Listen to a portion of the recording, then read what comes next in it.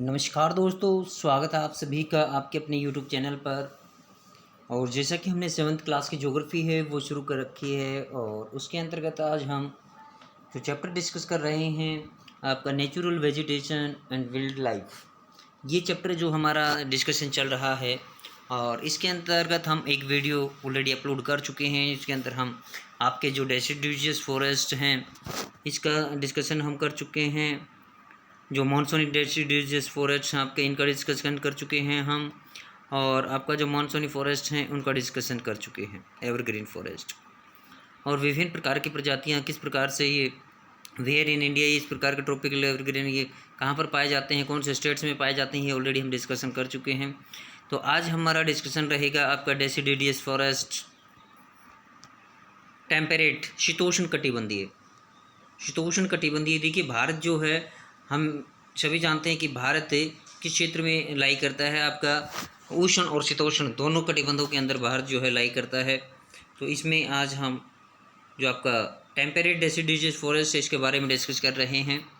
तो चलिए शुरू करते हैं अपना topic. As we go towards higher latitudes, देखिए जैसे जैसे हम उच्च अक्षांशों की ओर जाते हैं, there are more temperate deciduous forest, तो वहाँ पर आपको और अधिक शीतोष्ण कटिबंधीय जो पर्णपाती वन है वो देखने को मिलेंगे, जैसा कि फिगर 6.11 में आपको दिखा रखा है। These are found in the north eastern part of the USA. ये कहाँ पर पाए जाते हैं? देखिए आपका जो उत्तर पूर्वी अमेरिका का हिस्सा है वहाँ पर, चाइना के अंदर, New Zealand, Chile and also found in the coastal regions of western Europe. और जो अपना पश्चिमी यूरोप है उसके पश्चिमी जो तट हैं वहाँ पर भी इस प्रकार के वन देखने को मिलते हैं। देखिए इनकी विशेषता क्या है। They shed their leaves in dry season, शुष्क मौसम में ये अपनी पत्तियां गिरा देते हैं। The common trees are oak, ash, beech etcetera. यहाँ पर पाए जाने वाले प्रमुख जो पेड़ हैं उनमें ओक, एस, बीच ये प्रमुख पेड़ पाए जाते हैं। और इन वनों के अंदर पाए जाने वाले विभिन्न प्रकार के, क्योंकि हमारा टॉपिक क्या है, wild life, natural vegetation and wild life, तो यहाँ पर कौन कौन से वाइल्ड लाइफ पाए जाते हैं, कौन कौन से जंगली जीव पाए जाते हैं, उनके बारे में भी हमारा डिस्कशन होना ज़रूरी हो जाता है। तो यहाँ पर देखिए deer, foxes, wolves are the animals commonly found.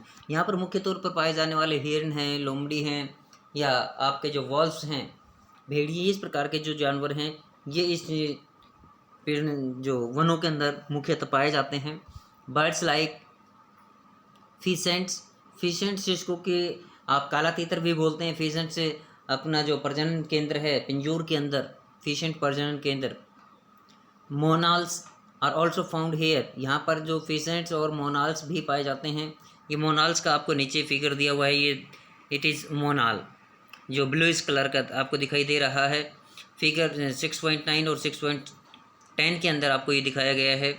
और ये आपको जो है ये टेम्परेट डेसिडुअस फॉरेस्ट का सीन दिया हुआ है। देखिए पेड़ों के तने कितने आपको लंबे पेड़ नज़र आ रहे हैं, लेकिन इनकी पत्तियां देखिए कैसे येलोइश आपको नज़र आ रही है, पीली पत्तियां नज़र आ रही हैं। नीचे का जो ग्रास है, नीचे का जो लैंड है वो भी आपको येलोइश कलर में दिखाई दे रहा है।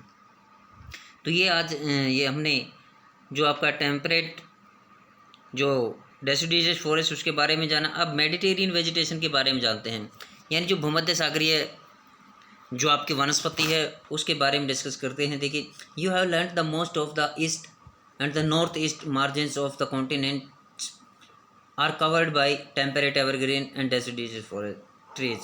देखिए जैसे आप पढ़ चुके हैं कि पूर्वी और उत्तर पूर्वी जो हिस्से होते हैं लगभग महाद्वीपों के, वो टेम्परेट एवरग्रीन फॉरेस्ट से, यानी कि सदा जो शीतोष्ण सदाबहार वन हैं उनसे, या शीतोष्ण पर्णपाती वन हैं उनसे कवर्ड हैं। The west and south west margins of the continents are different.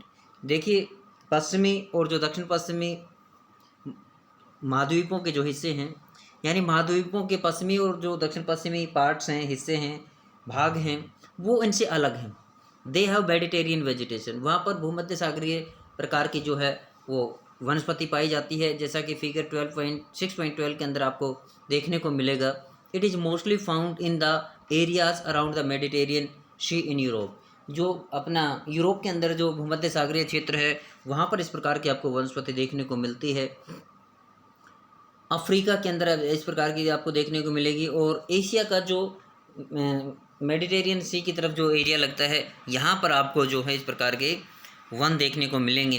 This kind of vegetation is also found outside the actual Mediterranean reason in California and USA, south west Africa and south western, जो आपका south western south America and south waste Australia. तो इन क्षेत्रों में भी आपको इस प्रकार की वनस्पति जो है वो देखने को मिलेगी। तो देखिए ये जो वनस्पति है मेडिटेरियन वनस्पति, ये भूमध्य सागरीय क्षेत्रों से बाहर भी आपको कई क्षेत्रों में मिल जाती है, जैसे कि आपका जो कैलिफोर्निया है उत्तरी अमेरिका का वहाँ पर, और जो साउथ वेस्ट का जो अपना जो दक्षिण पश्चिमी अफ्रीका है वहाँ पर आपको देखने को मिलेगा, और आपका जो दक्षिण पश्चिमी क्षेत्र है आपका साउथ अमेरिका का, दक्षिण अमेरिका का, वहाँ पर इस प्रकार के देखने को मिलेगा, और दक्षिण पश्चिमी ऑस्ट्रेलिया के अंदर इस प्रकार के वन आपको देखने को मिलते हैं। मेडिटेरियन जो फॉरेस्ट हैं, वेजिटेशन है वो। These regions are marked for hot dry summers.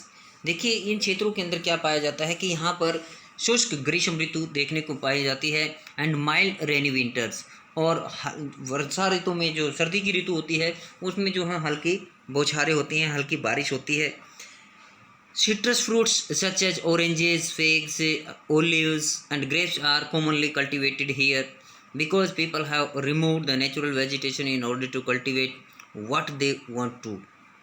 देखिए इन क्षेत्रों के अंदर तो मेडिटेरियन आपका जो क्षेत्र है, मेडिटेरियन जो भूमध्य सागरीय क्षेत्र हैं, वहाँ पर आपको खट्टे पदार्थ, जो खट्टे फल वाले वृक्ष हैं उनकी अधिकता देखने को मिलती है। इसमें आपका नारंगी हो गया, अंजीर हो गया, ओलिव जैतून हो गया, अंगूर हो गई, इस प्रकार की जो खेती यहाँ पर अधिक की जाती है, क्योंकि लोगों ने अपनी ज़रूरत के हिसाब से जिस प्रकार की वो खेती करना चाहते हैं उस हिसाब से वहाँ पर भूमि को जो है साफ़ किया हुआ है, वहाँ की प्राकृतिक वनस्पति को साफ करके वहाँ पर खेती करते हैं वो।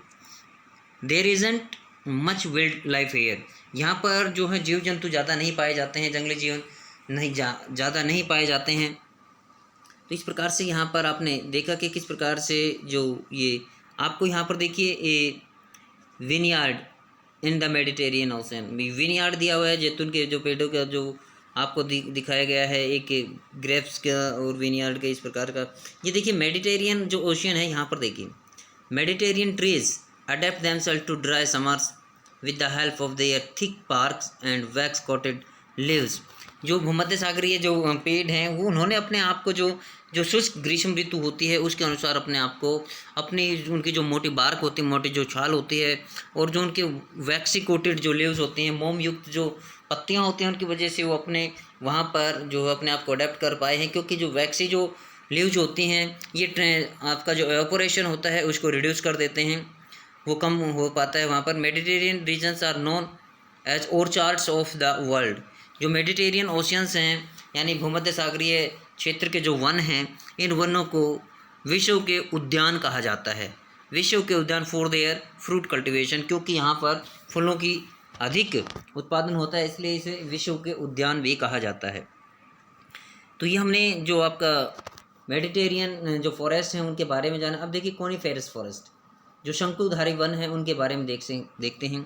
इन द हायर लैटिट्यूड्स, उच्च अक्षांशों के अंदर जहाँ 50 डिग्री से 70 डिग्री के आसपास जो नॉर्दर्न हेमिस्फीयर है वहाँ पर the spectacular coniferous forest are found. यहाँ पर जो दर्शनीय आपके जो है एक तरह से जो शंकुधारी वन हैं उनका दृश्य देखते ही बनता है। यहाँ पर ये वन अधिकता में पाए जाते हैं, जैसा कि फिगर 6.13 ए एंड बी के अंदर आपको देखने को मिलेगा। These are also called as taiga. ये आपके जो कॉनिफेरियस फॉरेस्ट हैं इनको टेगा वन भी कहा जाता है, इनको टेगा फॉरेस्ट भी कहा जाता है। These forest are also seen in the higher altitudes. अधिक ऊंचाई वाले क्षेत्रों में भी इस प्रकार के वन हैं वो देखने को मिलते हैं। These are the trees which Salima found in the Himalayas in abundance. जैसे कि हमने स्टार्टिंग में जब अपना चैप्टर शुरू किया था तो वहाँ पर जो सलीमा लड़की है जो हिमाचल प्रदेश के पहाड़ियों में घूमने के लिए गई है, तो उसने इस प्रकार के वन जो शंकुधारी वन हैं उनको वहाँ हिमालय की जो चोटी है वहाँ पर, हिमालय की जो गोद में वहाँ पर जो आपका हिमाचल वाला एरिया है वहाँ पर भी इन वनों को देखा था। दे आर टॉल, ये पेड़ जो होते हैं ये लंबे होते हैं। सॉफ्ट वुड एवरग्रीन ट्रीज होती हैं, इनकी लकड़ियाँ जो होती हैं वो नरम होती हैं और ये जो हैं सदाबहार वन होते हैं। The woods of this trees are very useful for making pulp. और इन पेड़ों की जो लकड़ियाँ होती हैं वो लुगदी बनाने में महत्वपूर्ण भूमिका निभाते हैं, महत्वपूर्ण इनका रोल होता है, महत्वपूर्ण कच्चे माल के तौर पर इस्तेमाल किए जाते हैं लुगदी बनाने में। Which is used for manufacturing paper and news print, जो कि कागज़ बनाने और अखबार के लिए जो है यूज की जाती हैं। Match boxes and packing boxes are also made from softwood. देखिए माचिस के जो बॉक्सेस होते हैं वो बॉक्स, और इवन जो पैकिंग वाले जो बॉक्सेस होते हैं वो भी इन्हीं नरम लकड़ियों से बनाए जाते हैं। Chir, pine, cedar are the important variety of trees in these forest. इन वनों के अंदर पाए जाने वाले प्रमुख जो वृक्ष हैं वो चीड़, पाइन, सीडर यानी देवदार जिसको बोलते हैं, ये प्रमुख वैरायटीज़ यहाँ पर देखने को मिलती हैं वृक्षों की। और यहाँ पर जो वाइल्ड लाइफ देखा जाए, ये silver fox, mink, polar bear are the common animals found here. यहाँ पर कुछ जो जंगली जीव जंतु पाए जाते हैं, ये आपके सिल्वर फॉक्स हो गया, मिंक हो गया, पोलर बियर हो गया, ये यहाँ पर प्रमुख रूप से पाए जाते हैं। तो यहाँ पर देखिए टैगा मीन्स क्या होता है। टैगा मीन्स प्योर और untouched in the Russian language. Taiga जो वर्ड है ये रूसी भाषा का एक शब्द है जिसका मतलब होता है अछूत, जिसको टच नहीं किया गया है। तो यहाँ पर देखिए ये आपके जो कॉनिफेरियस फॉरेस्ट हैं वो दिखा रखे हैं। देखिए दृश्य कितना सुंदर मनोरम दृश्य है, कितने आपका ए में देखिए कितने ग्रीनिश ये नज़र आ रहे हैं। और आप इधर देखें पार्ट बी के अंदर, तो जब बर्फ़बारी का मौसम होता है सर्दी की ऋतु में या मानसून की ऋतु के दौरान, तो उस समय देखिए किस प्रकार से बर्फ़ से ढक जाते हैं। ये दोनों सीन आपको यहाँ पर दिखाए गए हैं। तो नेक्स्ट जो हम डिस्कस कर रहे हैं ग्रासलैंड्स, जो कि हमारा एक इम्पोर्टेंट ग्रैंडरीज ऑफ द वर्ल्ड के नाम से भी जाना जाता है ग्रासलैंड्स को। ये ट्रॉपिकल ग्रासलैंड्स हैं, हमारे उष्णकटिबंधीय घास के मैदान हैं। घास के मैदानों को जो दो भागों में डिवाइड किया जाता है, एक ट्रॉपिकल ग्रासलैंड्स होते हैं, एक सब ट्रॉपिकल ग्रासलैंड्स होते हैं। तो ट्रॉपिकल ग्रासलैंड से जो कि उष्णकटिबंधीय क्षेत्रों के अंतर्गत आते हैं, जो कि 0 डिग्री से 23.5 डिग्री आपके नॉर्थ और 23 डिग्री एंड हाफ आपके साउथ में, यहाँ पर इनको जो है क्षेत्र देखने को मिलता है। These occur on the either side of the equator and extend till the tropics. देखिए ये इक्वेटर भूमध्य रेखा के दोनों तरफ जो हैं, अभी मैंने बताया कि मकर रेखा और जो आपकी कर्क रेखा है उनके बीच के क्षेत्र में जो कि आपका टोरिड जोन बनाते हैं, वहाँ पर ये पाए जाते हैं इस प्रकार के वनस्पति, ये घास के मैदान। This vegetation grows in the areas of moderate to low amount of rainfall. देखिए इस प्रकार की जो वनस्पति है वो उन क्षेत्रों में अधिक पाई जाती हैं जहाँ समान वर्षा क्षेत्र या निम्न वर्षा क्षेत्र होते हैं, वहाँ पर इस प्रकार की जो है मैदान पाए जाते हैं, ये घास के मैदान पाए जाते हैं। The grass can grow very tall. इन क्षेत्रों में घास जो है वो काफ़ी लंबी बढ़ जाती है, about 3 to 4 metres in height. इन मैदानों में घास की जो ऊंचाई है, लंबाई है, वो 3 से 4 मीटर लंबी जो ऊंचाई है वो हो जाती है, हाइट हो जाती है। और इस क्षेत्र के अंदर जो पाए जाने वाले प्रमुख घास के जो मैदान हैं, savanna grasslands in of Africa, Africa के जो घास के मैदान है सवाना, वो इस प्रकार का एक एग्जाम्पल आपके सामने। एलिफेंट, इसमें पाए जाने वाले जो प्रमुख प्रजातियां हैं जीव जंतुओं की, एलिफेंट्स, जेब्रा, जिराफ्स, डियर, लेओपार्ड्स और कॉमन इन ट्रॉपिकल ग्रासलैंड्स। उष्णकटिबंधीय घास के मैदानों में आपका हाथी है, जेब्रा है, जिराफ, हिरन और तेंदुए, ये प्रमुख रूप से पाए जाने वाले जीव जंतु हैं। तो यहाँ पर ये आपको एक सीन दिया हुआ है, एक पिक्चर दी हुई है, फिगर 6.14 ट्रॉपिकल ग्रासलैंड्स के ये आपको दृश्य दिखाया गया है। और नेक्स्ट जो हमारा है देखिए टेम्परेट ग्रासलैंड्स, शीतोष्ण घास के मैदान, ये सबसे इम्पोर्टेंट घास के मैदान माने जाते हैं। These are found in the latitudinal zones and in the interior part of continents. ये जो घास के मैदान हैं ये आपके लैटिट्यूडनल जो जोन्स हैं, आपके जो अक्षांशीय क्षेत्र होते हैं, वहाँ पर आंतरिक हिस्सों में जो महासागरों के जो महाद्वीपों के जो आंतरिक हिस्से हैं वहाँ पर ये क्षेत्र प्रमुख रूप से पाए जाते हैं। Usually grass here is short, यहाँ पर जो घास होती है वो घास छोटी होती है, न्यूट्रियस होती है और ये पोषक से भरपूर होती है। यहाँ पर जो वाइल्ड लाइफ जो पाए जाते हैं, जंगली जीव जंतु जो पाए जाते हैं, buffaloes, bisons, antelopes are common in the temperate regions. यानी इन क्षेत्रों में वो जानवर पाए जाते हैं, वो मवेशी पाए जाते हैं जो घरेलू उपयोग में ज़्यादातर इस्तेमाल किए जाते हैं। उसके बाद थॉर्नी बुशेज आ जाती हैं, जैसे जैसे हाइट बढ़ती जाती है, ये आपके जो ड्राई सीजन की ड्राई एरियाज़ की आ जाती है, these are found in the dry desert like regions. ये शुष्क जो क्षेत्रों में पाए जाने वाले उस प्रकार की जो आपकी जो वनस्पति है वो वनस्पति है। ये tropical deserts are located on the western margins of the continent. देखिए जितने भी आपके जो रेगिस्तान है या मरुस्थल हैं वो आपके लगभग जो आपके जो महाद्वीप है, महाद्वीपों के जो है पश्चिमी साइड में आपको ज़्यादातर देखने को मिलते हैं। The vegetation cover is square. यहाँ पर जो वनस्पति है वो विरल पाई जाती है, सघन वनस्पति नहीं होती, कहीं कहीं पर वनस्पति देखने को मिलती है। ये बिकॉज ऑफ स्कांटी रेन, क्योंकि यहाँ पर वर्षा की कमी होती है, एंड स्कोर्चिंग हीट, और जो सूर्य का प्रकाश होता है वो स्कोर्चिंग है, झुलसा देने वाले सूर्य की जो ऊष्मा होती है उसकी वजह से यहाँ पर वनस्पति का क्षेत्र है वो बहुत कम देखने को मिलता है। Identify the desert regions in the world map.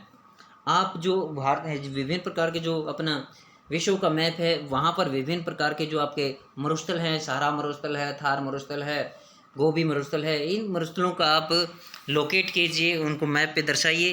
Can you name the great desert of India. क्या आप भारत के जो विस्तृत मरुस्थल है उसका नाम बता सकते हैं। तो वो मरुस्थल जो अपना थार मरुस्थल है। Name some of the common animals of the desert which you have learned earlier.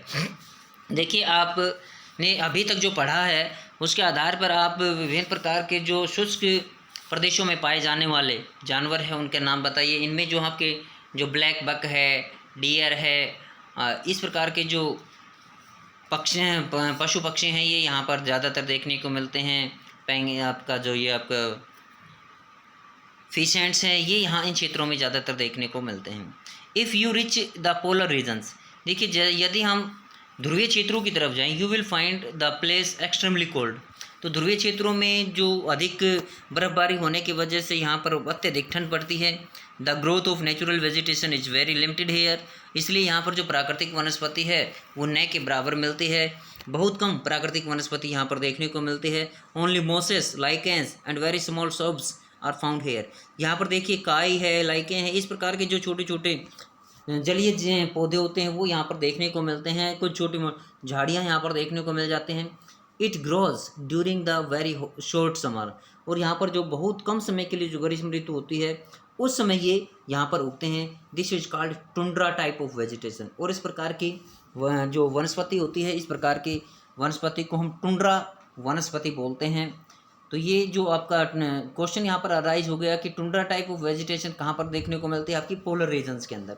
Polar regions के अंदर आपको क्या टुंड्रा वेजिटेशन देखने को मिलती है। This vegetation is found in the polar areas of Europe, Asia, the north America.